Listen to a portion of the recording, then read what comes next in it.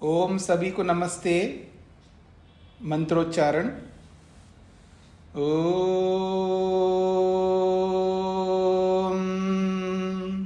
सहनाववतु सहनौ भुनक्तु सह वीर्यं करवावहै तेजस्विनावधीतमस्तु मा विद्विषावहै।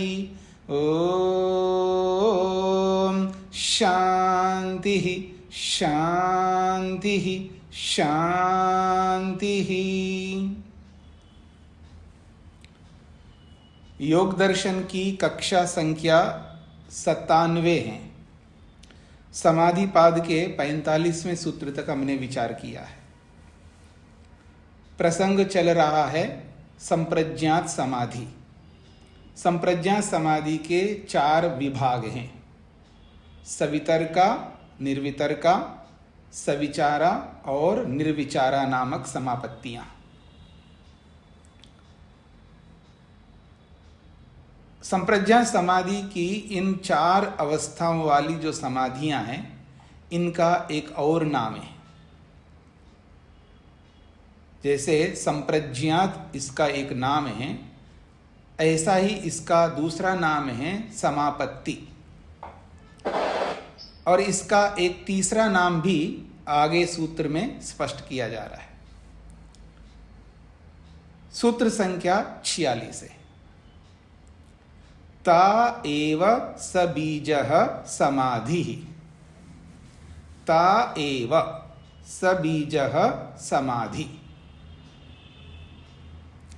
ता कहते हैं स्त्रीलिंग में, तो ताह उन समापत्तियों के, सवितर्का, निर्वितर्का, सविचारा और निर्विचारा, उन समापत्तियों को यहाँ ता शब्द से बोला है। तो ता एवं मतलब उन्हीं समापत्तियों को, उन 4 समापत्तियों को, उन 4 विभागों वाले संप्रज्ञात समाधि को सबीजः समाधि, सबीज समाधि नाम से भी कहते हैं। अर्थात सबीज नाम से बोला जाता है। वो समाधि कैसी समाधि है? सबीज समाधि है, उसका ये नाम दिया है। अब सबीज नाम क्यों दिया है, ये हम सबको समझना है। बीज कहते हैं कारण को। बीज का अर्थ होता है कारण। तो स का मतलब है बीजेन सह सबीजः, जो बीज के साथ में है, यानी बीज सहित समाधि है, कारण सहित समाधि है। अब ये बीज रूपी कारण क्या है जी, इसको हमें समझने का। बीज कहते हैं कारण को, वो कारण है मूर्खत्व, अज्ञानता, अविद्या। तो वो जो अविद्या है, ये है बीज। किसका बीज है? जन्म का बीज है। हम सब जन्म लिए हैं, तो बीज के होने के कारण ही जन्म लिए। बीज नहीं होता तो हम पैदा कैसे होंगे? हम का मतलब हमारे जो शरीर पैदा हुए हैं, ये बीज के कारण से, और वो बीज है अविद्या। जिस आत्मा के साथ में बीज जुड़ा रहता है, यानी अविद्या जुड़ी रहती है, वो सदा जन्म लेता रहेगा, मरता भी रहेगा, जन्म लेता भी रहेगा। जन्म और मृत्यु निरंतर चलता रहेगा। इसको कोई नहीं रोक सकता। ये सारी सृष्टि समाप्त हो जाए तो दोबारा सृष्टि बनेगी, दोबारा सृष्टि बनेगी तो दोबारा जन्म होगा, क्योंकि बीज है, अविद्या है।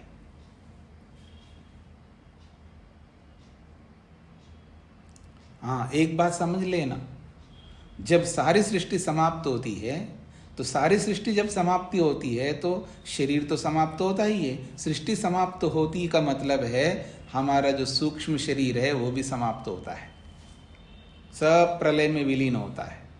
मन ही नहीं रहा तो ये संस्कार रहेंगे कहाँ? ये अविद्या कहाँ रहेगी?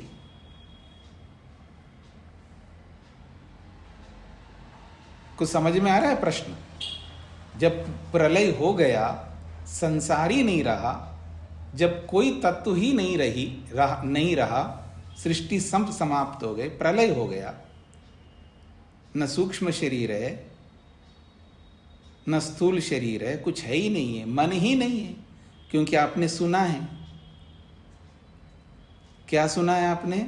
सब कुछ मन में रहता है, सुना है। कहाँ सुना है? ये सूत्र चल रहा है 46वां, और पीछे एक सूत्र आया था, कहाँ सुना है?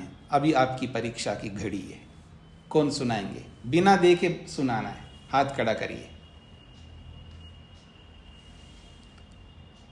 सब कुछ मन में रहता है, ये कहाँ पढ़ा है आपने? जब मैं आपकी परीक्षा लूंगा तो आप परीक्षा में सफल होना चाहते हैं या विफल होना चाहते हैं? फेल होना चाहते हैं, पास होना चाहते हैं? अब फेल क्यों हो रहे हो?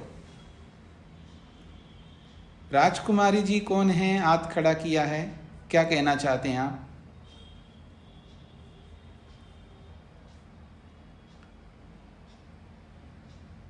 हाँ जी, शर्मिला जी बोलिए।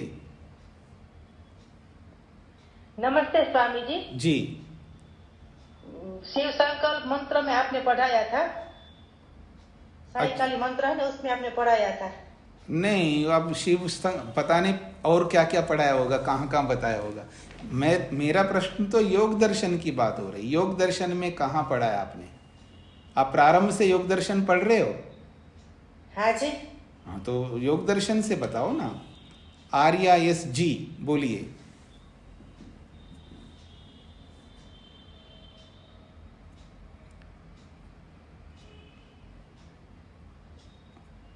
हाँ जी, आपने हाथ खड़ा किया तो बोलिए।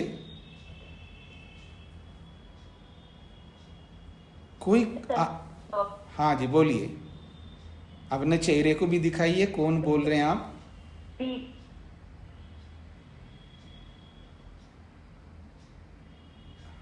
हाँ, अनीता आर्या जी बताइए।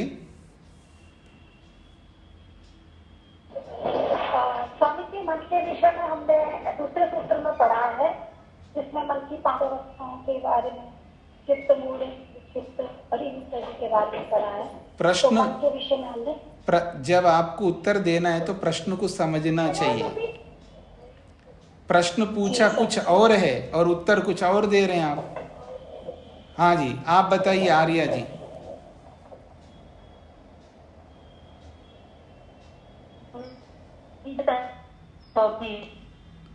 नहीं, आपकी आवाज नहीं आ रही है मेरे को।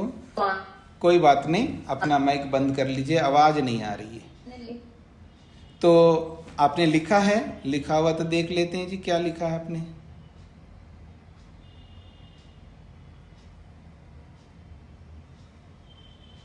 अभी लिखा हुआ आया नहीं है।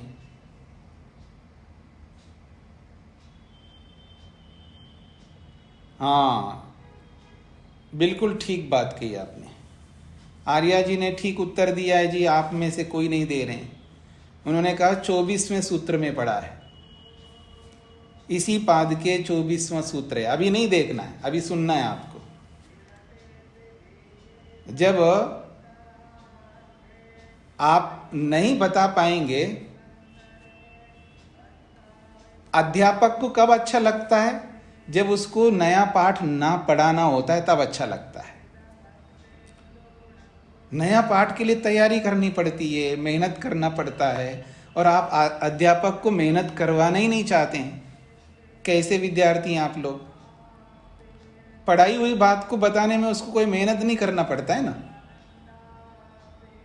मेहनत यानी विद्यार्थी वो होता है अध्यापक को बिजी रखे, अध्यापक को पुरुषार्थी बनाए, उनको विद्यार्थी कहते हैं। आप तो हमें निठल्ला बनाना चाह रहे हैं, पुरुषार्थहीन बनाना चाह रहे हैं आप लोग। कैसे विद्यार्थी हैं आप? तो 24वें सूत्र में ये बात आई, और वो सूत्र क्या है अभी तो बता सकते हैं आप बिना देखे? कौन सा सूत्र है? क्लेश कर्म विपाकाशयी अपरामृष्ट पुरुष विशेष ईश्वर, इस सूत्र में बताया गया कि मन में ही सब रहता है। मन में रहते हुए भी आत्मा को कहा जाता है, क्योंकि सही तत्फलस्य भोक्ता, वही उन फलों को भोगने वाला है। अब याद आ रहा है सबको? अभी भी याद नहीं आए तो फिर आप कुछ पढ़ नहीं रहे। स्वाध्याय किया करिए, आगे बढ़ रहे हो और पीछे छोड़ रहे हो, ये कोई पढ़ना नहीं होता है। पढ़ना सार्थक तभी माना जाता है, पीछे को पक्का रखो और आगे बढ़ो, और पीछे कच्चा है तो आगे बढ़ना नहीं चाहिए। पढ़ाई ऐसी होती है। महत्वपूर्ण बातों को आप भूल जाएंगे तो कैसे काम चलेगा? तो वहां पर बताया सब कुछ मन में रहता है, संस्कार मन में, ज्ञान भी मन में, जो कुछ भी बाहर से आता है आत्मा के पास सब मन में रहता है। क्योंकि आपने ये भी पढ़ा है दूसरे सूत्र में कि आत्मा में कुछ भी प्रवेश नहीं कर सकता। अपरिणामिनी अप्रतिसंक्रमा दर्शित विषया शुद्धा च अनंता च, दूसरे सूत्र में पढ़ा है आत्मा में कुछ भी घुल मिल नहीं सकता, आत्मा में कुछ भी नहीं जाता।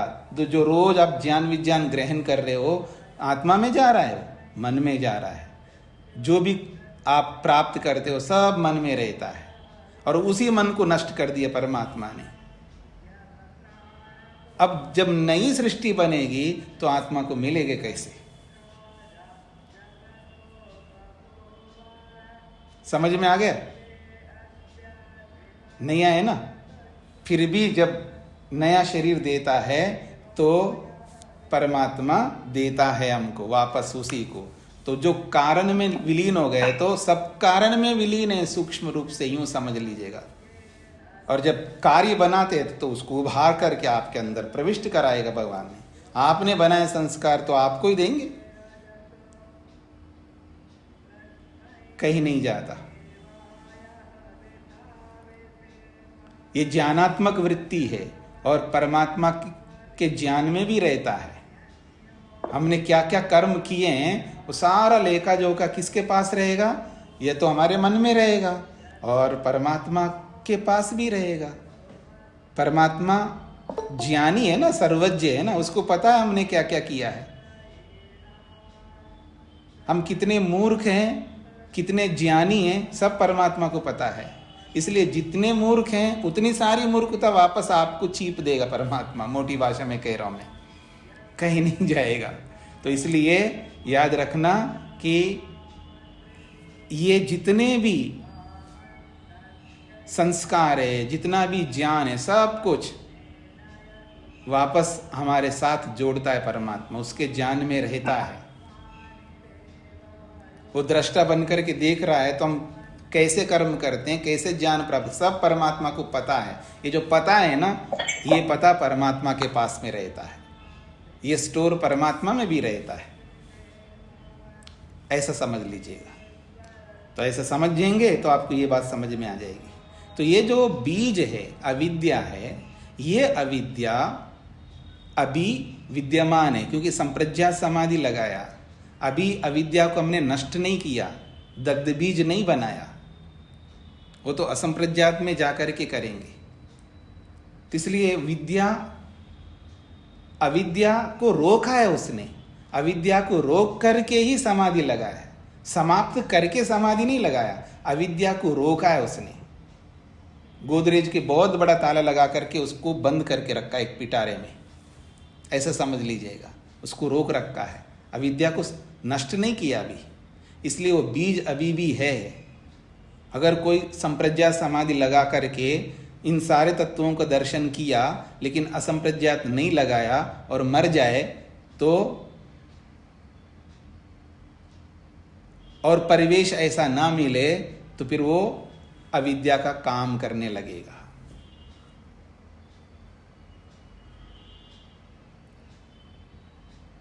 कुछ समझ में आ रहा है आप लोगों को? आप में से कोई किसी का नाम, प्रमोद जी का नाम ले लेता हूं, देखते हैं कितना सहन कर सकते हैं। ये सत्य बोलते हैं जी, कभी भी सत्य बोलते हैं। और इनको ऐसे जगह लेके गए कि आपको झूठ बोलना पड़ेगा, नहीं तो ना खाना मिलेगा, ना पीना मिलेगा, ना सोना मिलेगा, आपको कुछ नहीं मिलेगा। टॉर्चर ही टॉर्चर करते जा रहे हैं उनको। आपको हर हालत में झूठ बोलना है। और ऐसा परिवेश तो आज वर्तमान में नहीं है प्रमोद जी के सामने, इसलिए वो सत्य बोल रहे हैं, सत्य बोलते जाएंगे। लेकिन परिवेश ऐसा प्रस्तुत कर दिया जाए उनको कि या तो मरो या झूठ बोल करके जियो, तब परीक्षा होगी प्रमोद जी का। तब झूठ बोल करके मांस खाएंगे प्राण बचाने के लिए या नहीं खाएंगे, या झूठ बोल करके काम चलाएंगे या कैसा करेंगे, तब पता लगेगा, तभी परीक्षा होगी।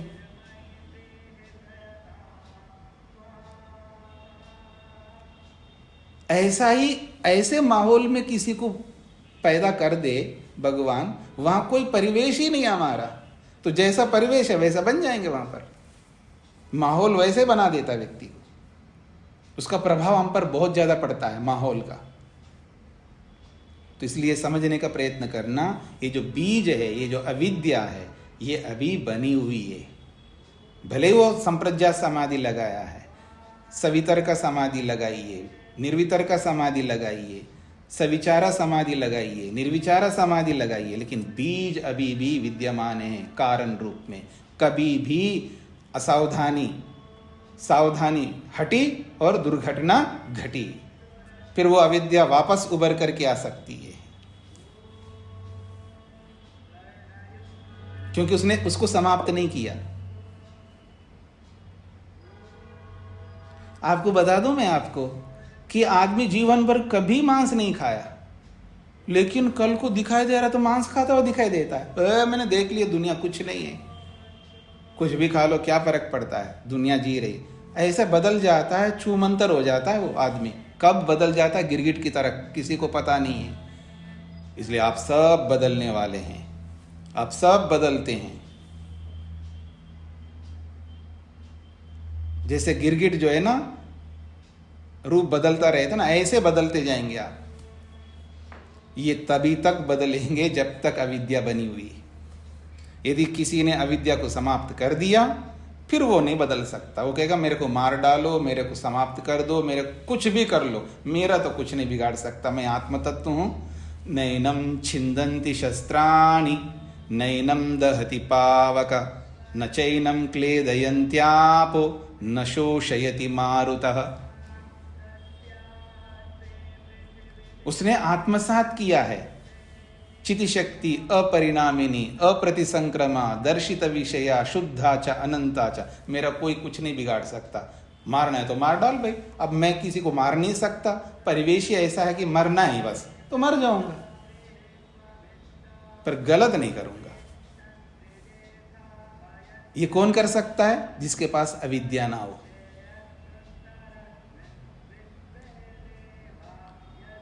अरे चाय के लिए आदमी गलत करता है, मकान के लिए गलत काम करता है, नौकरी के लिए गलत काम करता है, शादी के लिए गलत काम करते हैं। किसके लिए नहीं करते गलत काम? सबके लिए करते हैं, अवसरवादी बन करके। क्यों? अविद्या है। और जब तक अविद्या रहेगी तब तक कभी भी पनप सकती है वो। काला नाग है, काला, बहुत जहरीला। आपने उसको बांध करके रखा, ऐसे जगह रखा, ऐसे कटघरे में रख दिया लोहे के, लेकिन मारा नहीं उसको। क्या पता कोई ऐसा चुमंतर आ जाए और उसमें से निकल जाए, आपको काट डाले। ऐसी है अविद्या। इसलिए सबीजः समाधि, ये समाधि ऐसी समाधि है जो बीज युक्त समाधि है। ये बात आपको, ये 46वां सूत्र याद रखना। जब हम तीसरा पाद पढ़ेंगे वहां मैं इसकी चर्चा करूंगा और वहां आपको पता लगेगा कि कैसा आदमी बदलता है। याद रखना मेरी बात को, और आप लोगों को याद दिलाना होगा। तो ये है सबीज समाधि। ये जो चारों समापत्तियां हैं, ता एव, वे चारों ही सबीज समाधि के नाम से कही जाती हैं। अब भाष्य को देखिएगा। ता चतस्र समापत्तय, महर्षि वेदव्यास लिखते हैं, सूत्र का जो ता पद है उसको खोल रहे हैं, ता चतस्रः समापत्तया, वे चारों समापत्तियां, सवितर्का निर्वितर्का सविचारा निर्विचारा, वो चारों समापत्तियां बहिर्वस्तु बीजा, बाह्य वस्तु बीज वाली है। एक बाह्य और एक आंतरिक। बाह्य का मतलब है ये ईश्वर की अपेक्षा बाहर की है।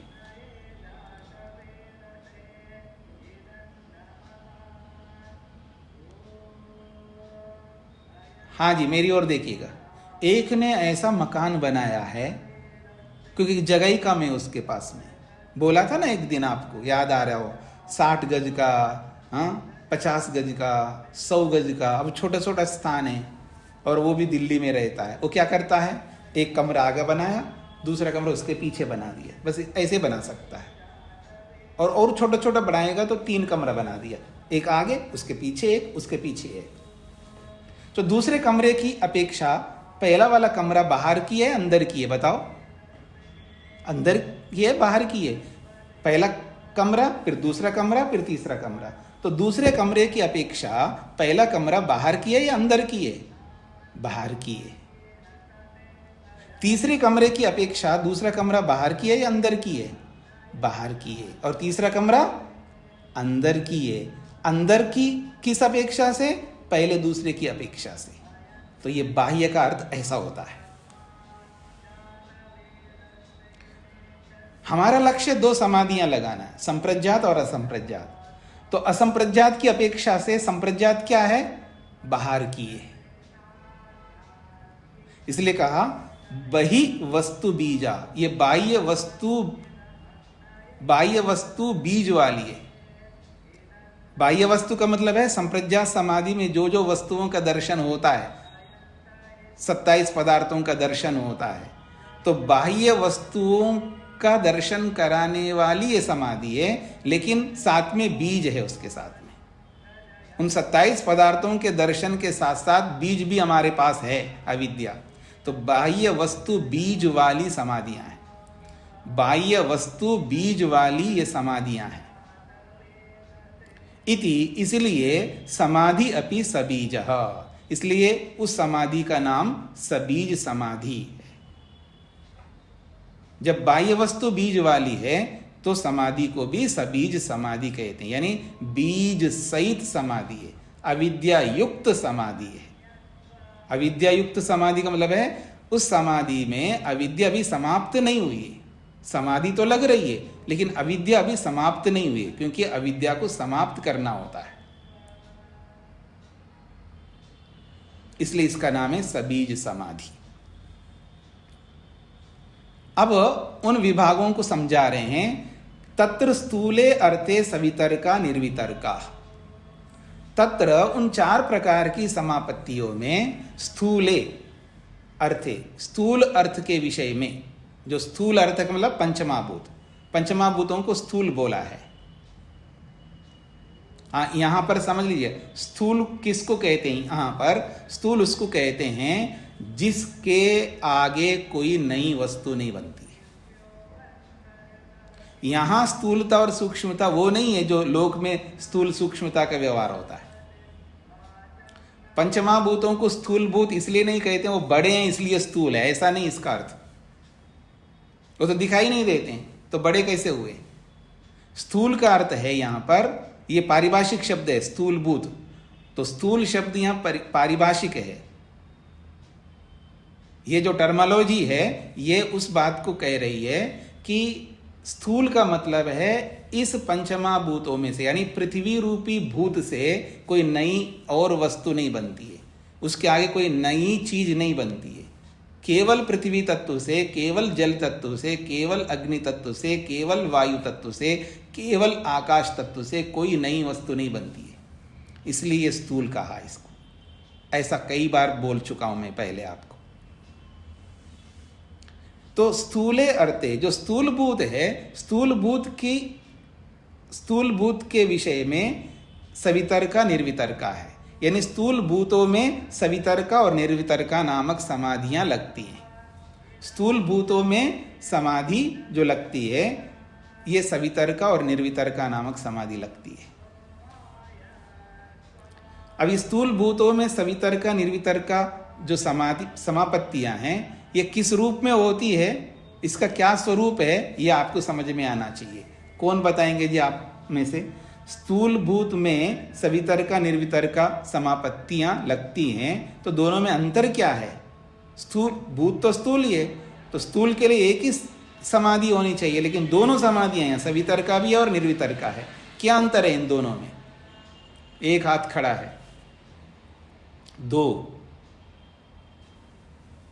3, 4, 5, 6।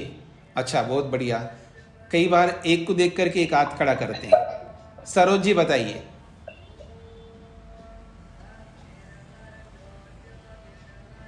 माइक खोलिए।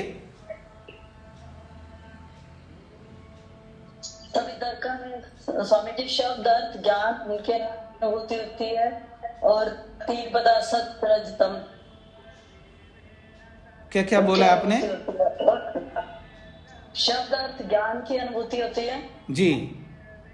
और 6 पदार्थों 3 पदार्थों की सत रज तम। सत्वर स्तंभ का दर्शन क्या सवितर्का में होता है? नहीं, शब्द अर्थ ज्ञान और 3 और पदार्थों की होती है, और निवर्तिका में ओनली अर्थ का बोध होता है। हाँ, आप आधा सत्य बोल रहे हैं, पूर्ण सत्य बोलने का प्रयास करिएगा। तो सवितर्का में शब्द अर्थ ज्ञान होता है, लेकिन किसका होता है?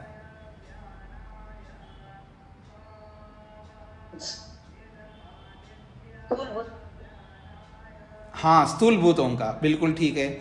और निर्वितर्का में ओनली अर्थ का। कौन सा अर्थ? उसी स्थूल भूत। हाँ, अब सही बोला है। तो सवितर्का में स्थूल भूतों का दर्शन होता है, निर्वितर्का में भी स्थूल भूतों का दर्शन होता है, लेकिन दोनों में अंतर यह है, सवितर्का में शब्द का भी बोध, अर्थ का भी बोध और ज्ञान का भी, शब्द अर्थ ज्ञान तीनों का घुला मिला बोध होता है, और निर्वितर्का में उसी स्थूल बोध का केवल अर्थ मात्र का बोध होता है। ठीक है, हो गया। और सूक्ष्म अर्थे सविचारो निर्विचारा इति, और सूक्ष्म अर्थों के विषय में सविचारा और निर्विचारा नामक समापत्तियां हैं। तो सवितर्का निर्वितर्का इन 2 समाधियों में केवल स्थूल भूतों का दर्शन हो रहा है, और सविचारा निर्विचारा इन 2 समाधियों में कितने पदार्थों का? 22 पदार्थों का दर्शन हो रहा है। कितने पदार्थों का? 22 पदार्थों का दर्शन सविचारा निर्विचारा में होता है। और इसका प्रमाण है सूक्ष्म विषयत्वम चालिंग पर्यवसानम। 45वां सूत्र ही इसका प्रमाण है, क्योंकि सूक्ष्म विषय वाले कितने हैं? सूक्ष्म विषयत्वम च अलिंग पर्यवसानम। सत्वरस्तम तक जितने भी पदार्थ हैं स्थूल भूत के बाद में, वो सब सूक्ष्म विषय है, और वो है 22 पदार्थ। इति, इस प्रकार से चतुर्धा उपसंख्यातः समाधि रीति। इति, इस प्रकार से चतुर्धा 4 प्रकारों से इस समाधि को उपसंख्याता बताया गया है।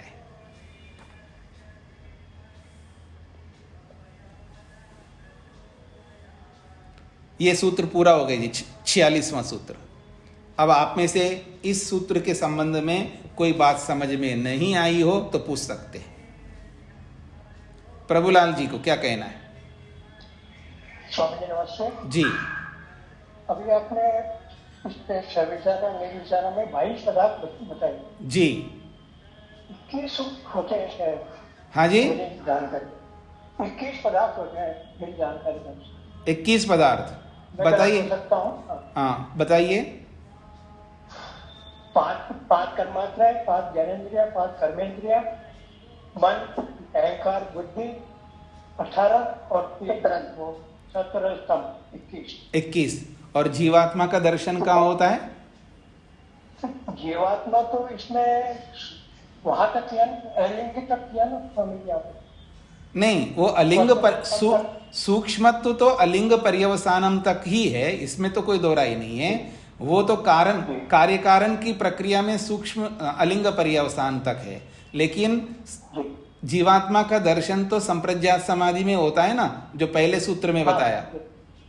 जी जी जी, पहले सूत्र में अस्मिता नामक समाधि में जो है ना। हाँ जी, और वो अस्मिता नामक समाधि यही निर्विचारा समाधि है।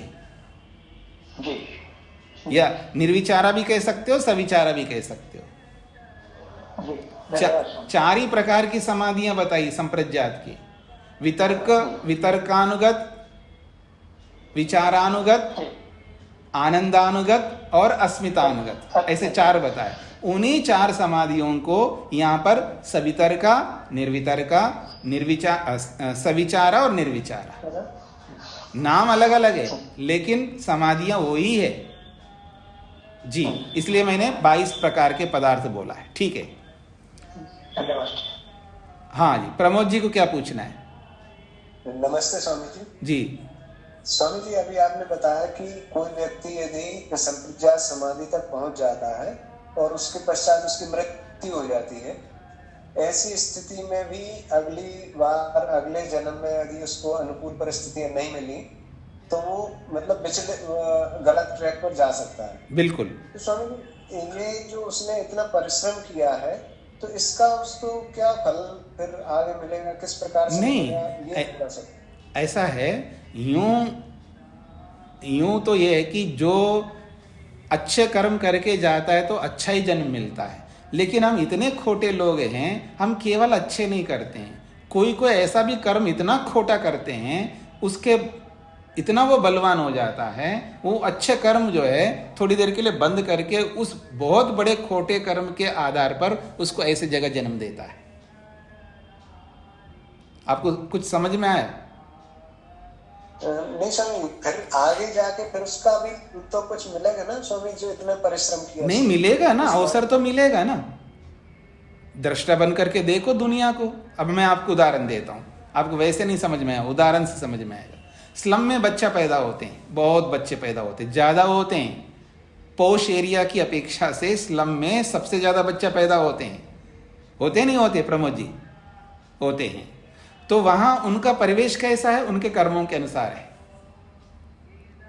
और वो बच्चे भी वैसे बनते हैं। लेकिन उसी स्लम में कोई कोई एक बच्चा ऐसा निकल के आ जाता है, वो IAS बन जाता है, IPS बन जाता है, डॉक्टर बन जाता है, इंजीनियर बन जाता है। क्यों? बच्चे तो सब एक जैसे पैदा हुए हैं, लेकिन उसके पीछे के कुछ ऐसे संस्कार हैं जो उसने गड़बड़ ज़्यादा किया होगा, इसलिए उसको स्लम में पैदा होना पड़ा। लेकिन उसके संस्कार अच्छे हैं, इसलिए उन अच्छे संस्कारों से प्रेरित होता है। वो जब वो भी स्कूल जाता है तो दूसरों को देखता है, अच्छा इतने अच्छे स्कूल में पढ़ रहे हैं, इतनी अच्छी गाड़ी में जा रहे हैं, इतना अच्छा खा रहे हैं, इतना अच्छे मकान में रहते हैं, वो सब देखते हैं। स्लम के सारे बच्चे देखते हैं, लेकिन सारे बच्चे क्या करते हैं, वैसे के वैसे जीते हैं। लेकिन उन्हीं में से वो बच्चा भी देखता है और देखता अच्छा मैं भी वहाँ पहुँचूँगा, और वो मेहनत करके वहाँ पहुँच जाता है। ऐसे नहीं करता वो मेहनत, उसका सारा मेहनत वर्तमान का नहीं होता है। वर्तमान बहुत कुछ होता है, लेकिन प्रारब्ध भी उसके साथ में जुड़ा हुआ है। तो दोनों हमारे पास में कर्म होते हैं, अच्छे और बुरे। लेकिन अच्छे बहुत होते हुए भी उन अच्छे बहुतों में भी कोई बहुत अच्छा बुरा भी कर सकता है व्यक्ति। समझ रहे हैं मेरी बात को? और उस बहुत अच्छे बुरे के कारण से ऐसी जगह भी जन्म लेता है। उसका और उदाहरण, जीवंत उदाहरण देता हूं मैं हमारे गुरुजी का। हमारे गुरुजी जो है स्वामी सत्यपति जी महाराज को जो लोग आप में से जानते होंगे, उनका जन्म हुआ है मुस्लिम परिवार में, और बिल्कुल भेड़ बकरियां चलाते थे, और 19 साल तक कोई स्कूल तक नहीं गए हैं। लेकिन देखिएगा उनके कारण हम जी रहे हैं आज, उन्हीं की थाली में बैठ के खा रहे हम लोग। और वो योगी बने, योगाभ्यास किए, न जाने हम जैसे कितने लोगों को उन्होंने बनाया। लेकिन जन्म कहाँ लिया उन्होंने? ऐसी जगह लिया है। लेकिन क्यों लिया? कोई बहुत बुरा कर्म रहा होगा उनका, बहुत बड़ा, छोटा मोटा नहीं, बहुत बड़ा रहा होगा, इसलिए वहां जन्म लिया। लेकिन देखा दुनिया को, मार काट को देखा, तो वैरागी को प्राप्त कर लिया। अवसर सबको देता है भगवान। मनुष्य मात्र को अवसर देता है, लेकिन हम इतने खोटे रहते हैं, इतने अहंकार में रहते हैं, उन अवसरों का लाभ नहीं लेते। स्वामी दयानंद सरस्वती जी को चूहे को देख करके विवेक हुआ था, हम कितने चूहों को देखते हैं। गौतम बुद्ध को मृत्यु को देख करके, बूढ़े आदमी को देख करके, और किसी विधवा को देख करके, किसी ऐसे रोगी को देख करके उनको बोध हुआ है, और हम कितने लोगों को रोज देखते हैं। हमें क्यों नहीं हो रहा है बोध? हम चिकने घड़े हैं, इतना आसान से हम बदलते नहीं हैं, क्योंकि हमारे में बहुत अच्छे कर्मों का संस्कार कम है, हमारा प्रारब्ध बहुत अच्छा वाला कम है।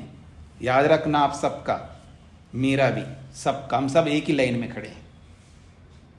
हमारा प्रारब्ध बहुत अच्छा इतना नहीं है, इसलिए हम ऐसे चल रहे हैं। अब वर्तमान में हम बहुत अच्छा कर रहे हैं, आप भी कर रहे हैं, बहुत अच्छी बात है। ये आगे काम आएगा, आज तो नहीं आ पा रहे हैं ना, लेकिन आगे अगले जीवन के लिए आएगा। हम अगले जीवन के लिए तैयारी कर रहे हैं। प्रमोद जी, स्पष्ट हो गया? जी धन्यवाद साधु जी। सुधा जी को क्या पूछना है? अच्छा, सुधा जी का समाधान हो गया क्या? जी स्वामी जी, उत्तर देने के लिए किया था तो भूल गए। अच्छा ठीक है। नरेंद्र जी को क्या पूछना है? स्वामी जी ओम। हाँ जी जी, जैसा अभी आपने बताया कि ईश्वर सभी को अवसर देता है जी, तो मेरा प्रश्न ये है कि यदि कर्म के अनुसार किसी व्यक्ति का जन्म ऐसे परिवेश में हो जाए कि उसका चारों तरफ का परिवेश ही ऐसा हो, जन्म से लेकर मृत्यु पर्यंत, कि आध्यात्मिक क्षेत्र, आध्यात्मिक उनकी पुस्तकें, तर्क वितर्क करने का कोई अधिकार नहीं, उनके यहाँ पुनर्जन्म नहीं, और उसे उस परिवेश से बाहर निकलने का अवसर ही न मिला हो, तो स्वामी जी इसमें दोष उसका है? वो कैसे अवसर प्राप्त करेगा? नहीं, इसमें विद्या ग्रहण करने का वो तो सभी उसमें ही रहेगा, संस्कारों में, समाधि में, सभी समाधि रहेगी इसकी। हाँ, तो इसमें सारा दोष भगवान का है ना। नहीं, भगवान का तो नहीं मान रहे हैं। जब भगवान का नहीं मानते, अवसर ही ना मिले बिल्कुल बाहर निकलने का, वो गरीब परिवार में है, आप बाहर जाने का अभाव है, लेकिन वो आध्यात्मिक क्षेत्र में अपने हिसाब से तो जाता है कि मैं जो है ईश्वर को, इष्ट देव को मानता हूँ, अपने हिसाब से सही कर रहा है, लेकिन अब उसे अवसर अगले जन्म में मिलेगा या कब मिलेगा, ये जानना चाहते हैं। ऐसा है, आप आज बताइए कौन सा ऐसा स्थान है जिसको अवसर नहीं मिल रहा है, तो मैं बताऊंगा आपको। ये जैसे छोटे छोटे पूर्ण इस्लामिक कंट्री हैं, राष्ट्र हैं, हाँ। और वहां उनकी पुस्तकें भी, उनके धर्म स्थल भी सब ऐसे परिवेश में हैं कि ना तर्क वितर्क कर सकते, ना पुनर्जन्म मानते। ऐसा है, थोड़ा आपको स्वाध्याय ज्यादा करना पड़ेगा जी। कोई भी कंट्री हो, कोई भी स्थान हो, कैसे भी लोग हों, सब जगह आज मोबाइल है, इंटरनेट है, सब कुछ है, सब दुनिया को देख रहे हैं। ग्लोबलाइजेशन हुआ है, वैश्वीकरण हुआ है, एक जगह बैठ कर के पूरे विश्व को कहीं से भी देखता है व्यक्ति। अवसर बहुत मिल रहा है सबको, उस अवसर को पा करके आदमी बाहर निकलना नहीं चाहता, कमज़ोर है, वो अपने आप को बहुत कमज़ोर मानता है। परमात्मा ने सबको स्वतंत्रता दी है, उनसे लड़ो, बाहर निकलो, किसने मना किया? मेरी बात समझने का प्रयत्न करना है। आज ग्लोबलाइजेशन है, आज सार्वभौम मतलब वैश्वीकरण है, सब कुछ जानते हैं दुनिया कि हम भारत के लोग कैसे जीते हैं, दूसरे देश लोग कैसे जीते हैं, सब कंपैरिजन करने वाले सब लोग करते हैं, और जो करके, जो लड़ कर के निकलते हैं वो बन जाते हैं, और जो वहीं पड़े रहना चाहते हैं वो नहीं निकल पाते हैं। इसमें उनका खुद का दोष है। अवसर सबको दे रहा परमात्मा, किसी को उंगली पकड़ करके ले जाता नहीं परमात्मा। परमात्मा जो भी कर्म करता है हमारे लिए इनडायरेक्टली करता है, डायरेक्ट कोई कर्म नहीं करता है। परमात्मा कभी भी डायरेक्ट आपको हेल्प नहीं करेगा। हाँ, समाधि लगाओ, मंत्र दृष्टा बनो, तो वहाँ डायरेक्ट हेल्प करता है, उससे पहले वो इनडायरेक्ट ही हेल्प करता है। तो सारी दुनिया हमको बता रही है कि उचित क्या, अनुचित क्या है, राइट क्या है, रॉन्ग क्या है। हम सुने, देखे, दृष्टा बन करके और उचित को पकड़े और वहाँ से निकले। हाँ जी नरेंद्र जी, स्पष्ट हो गया?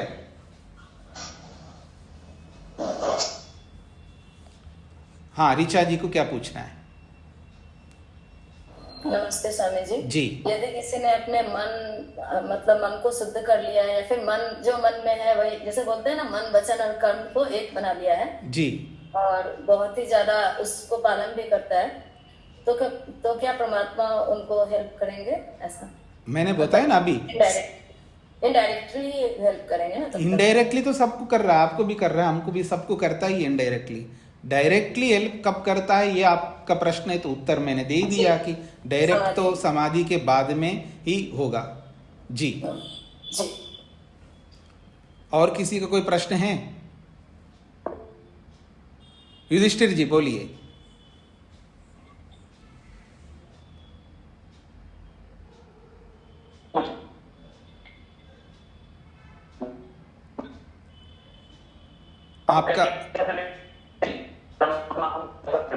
आपका नेटवर्क ठीक नहीं है, आवाज नहीं आ रही है।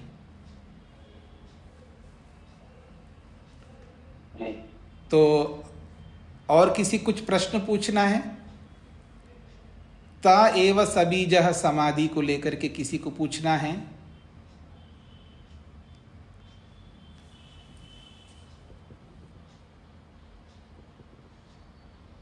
तो हम आगे बढ़े। हाँ, वीरेंद्र जी। जी नमस्ते जी। असंप्रज्ञात समाधि तक कोई नहीं पहुंच पाया और मृत्यु हो गई जी, तो वह योग भ्रष्ट माना जाएगा ना?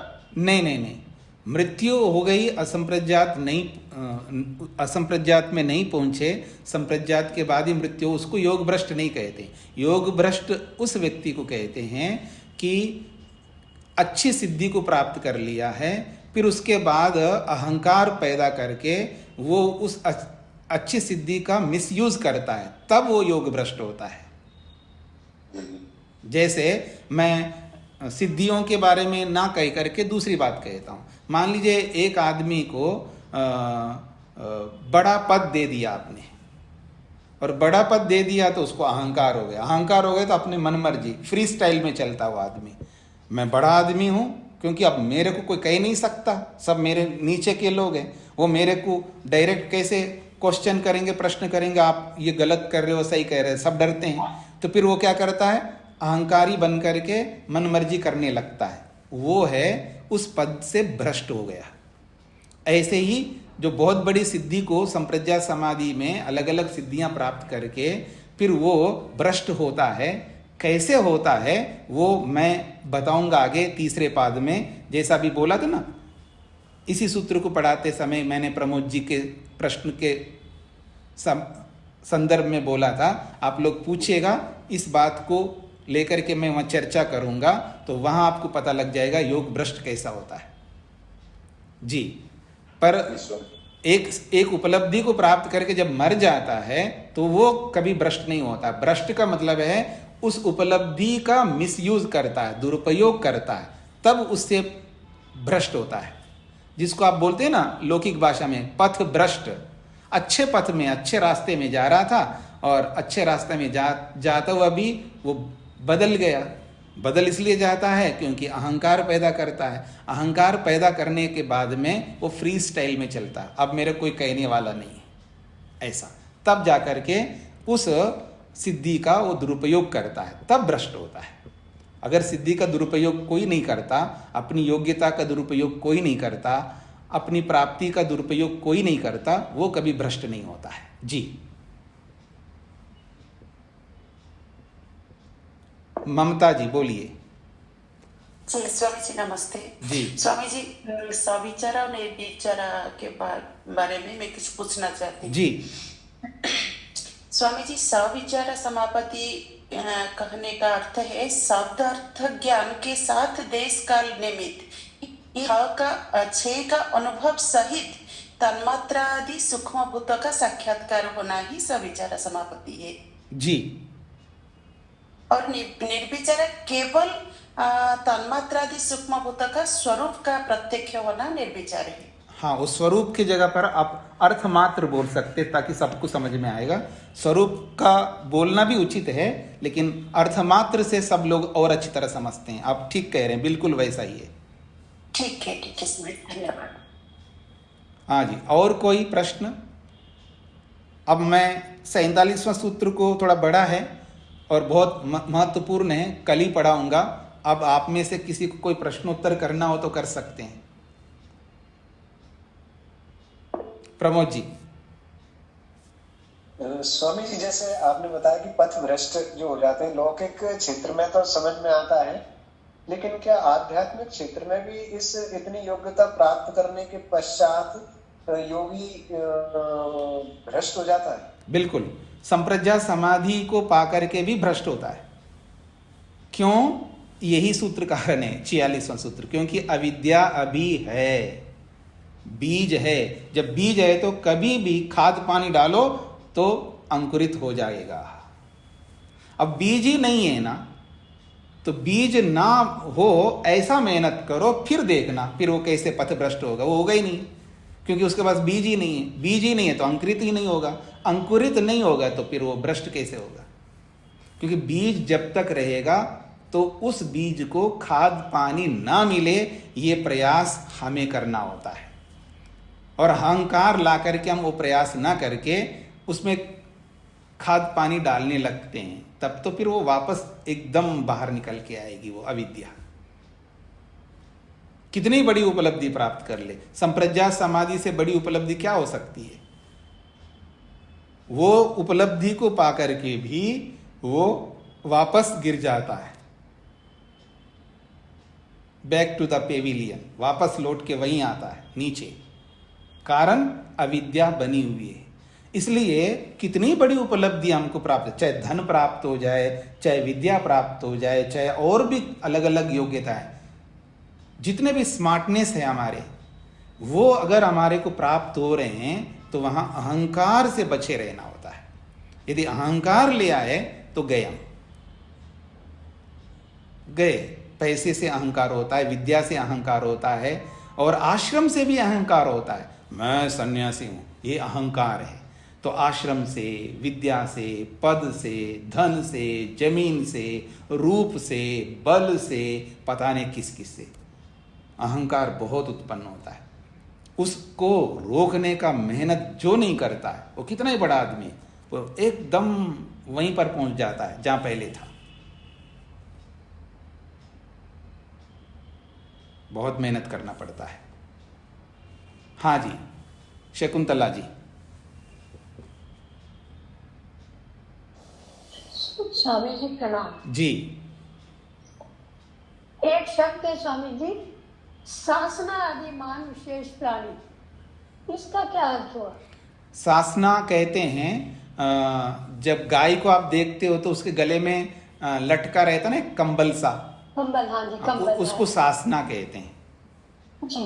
तो वो जिसके साथ में है उसको सासना मान कहते, सासना वान कहते हैं। यानी गल कंबल वाली गाय, गाय को पहचानने के वो सिंबल है। जी, धन्यवाद स्वामी। गुप्ता जी।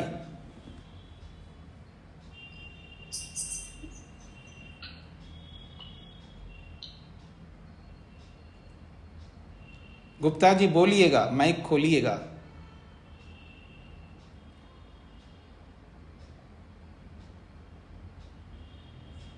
हाँ, ऋचा जी बोलिए। नमस्ते स्वामी जी। हाँ जी। स्वामी जी, एक मेरे को एक बात आपसे ये पूछनी थी। आप एक जगह पे जो हाँ, मेरा माइक खुला हुआ, आ रही आवाज? आ रही, बोलिएगा। आवाज आ रही है जी? आ रही है, बोलिए।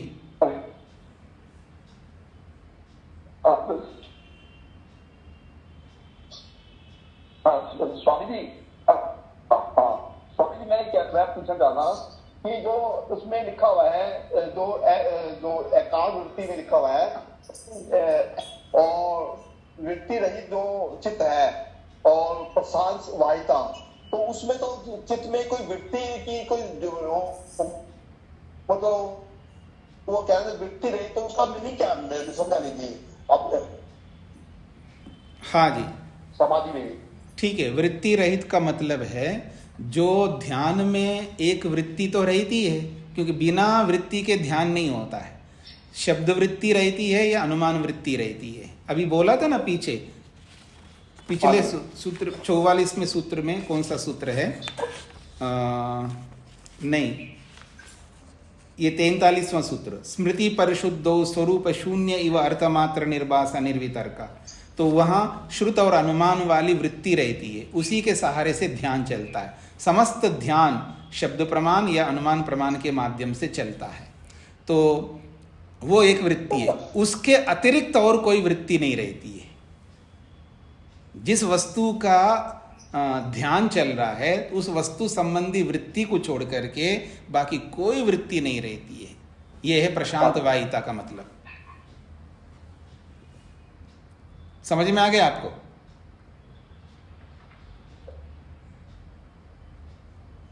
आपकी आवाज नहीं आ रही है। ठीक है, ऋचा जी बोलिए। मुझे जैसे किसी ने सभी समाधि लगा लिया है, तो उसके बाद अपनी अविद्या को ही नष्ट करना है ना उसको, तभी वो निर्वेश की ओर बढ़ेगा ना। हाँ जी, अविद्या उसका शेष रह गया है, तो उसको अविद्या को नष्ट करना है पूरी तरह से। हाँ, अविद्या को भी नष्ट करना है और जो संस्कार बनाए उनको भी नष्ट करना है। अविद्या संस्कार अलग है, अविद्या भी ज्ञानात्मक है, वो संस्कार अलग है। गुप्ता जी बीच में नहीं बोलिए, माइक बंद करिएगा, आपका हो गया क्रम, माइक बंद करके रखिएगा। गुप्ता जी माइक बंद करके रखिएगा। तो ये जो ऋचा जी क्या बोल रहा था मैं? गुप्ता जी माइक बंद करके रखिए, मेरी आवाज आपको नहीं आ रही क्या? आपको अभी बोलना नहीं, आपकी आवाज कट रही है।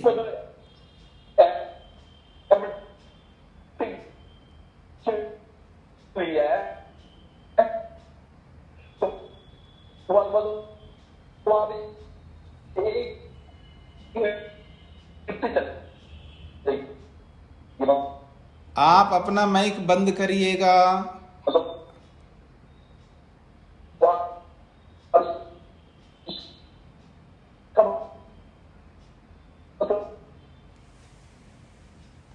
हाँ जी स्वामी जी, आपने कहा कि अविद्या को भी नष्ट करना है और संस्कारों को भी दग्ध करना है। क्योंकि एक होता है अविद्या, अलग है, अविद्या के भी संस्कार हैं, ज्ञानात्मक संस्कार अविद्या के, उनको भी नष्ट करना है। तो उसको संस्कार ना बोल करके भाषा में अविद्या ही कहते हैं, अविद्या को नष्ट करना।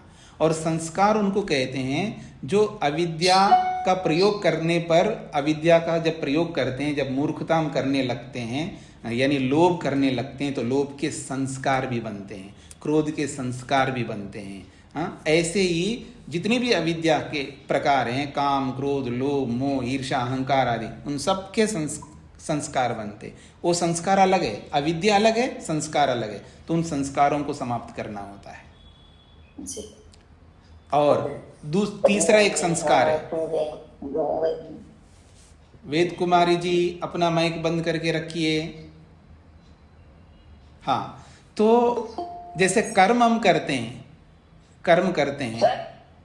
कर्म के भी दो प्रकार के संस्कार, एक फल देने वाले संस्कार हैं, वो तो हम नष्ट नहीं कर सकते, लेकिन उस कर्म को करने का जो प्रभाव हम पर पड़ता है, उसका भी संस्कार होता है, उसको भी नष्ट करना होता है। इसको एक बार और स्पष्ट कर दीजिए स्वामी जी। जैसे आप अच्छा बोल रहे हैं, तो अच्छे बोलने का भी संस्कार पड़ता है, तो अच्छा बोलना एक कर्म है, तो उसका भी संस्कार पड़ता है, तो उसको भी समाप्त करना होता है। लेकिन उस अच्छे कर्म का जो फल देने वाला संस्कार है, उसको हम नष्ट नहीं करते, वो बना रहता, उसको नहीं कर सकते, उसी के बल पर फल मिलता है जी। हाँ जी, शकुंतला जी। स्वामी जी प्रणाम जी। जी स्वामी, 43वां सूक्त के आप कृपया उसको जरा स्पष्ट कर दीजिए। 43वें सूत्र में क्यों जा रहे हैं आप? आपको उस सूत्र को स्पष्ट करने के लिए उस सूत्र का जो एपिसोड है उसको सुनना चाहिए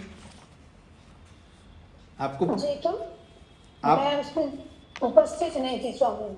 हाँ उसी कारण तो उपस्थित नहीं है तो उसमें मैं क्या कर सकता हूँ, उसको आप सुनिएगा। आप जब सुनेंगे, सुनने के बाद एक बार सुनिए, 2 बार सुनिए, 3 बार सुनिए, फिर भी नहीं समझ में आए तो फिर पूछिएगा, जरूर मैं बताऊंगा।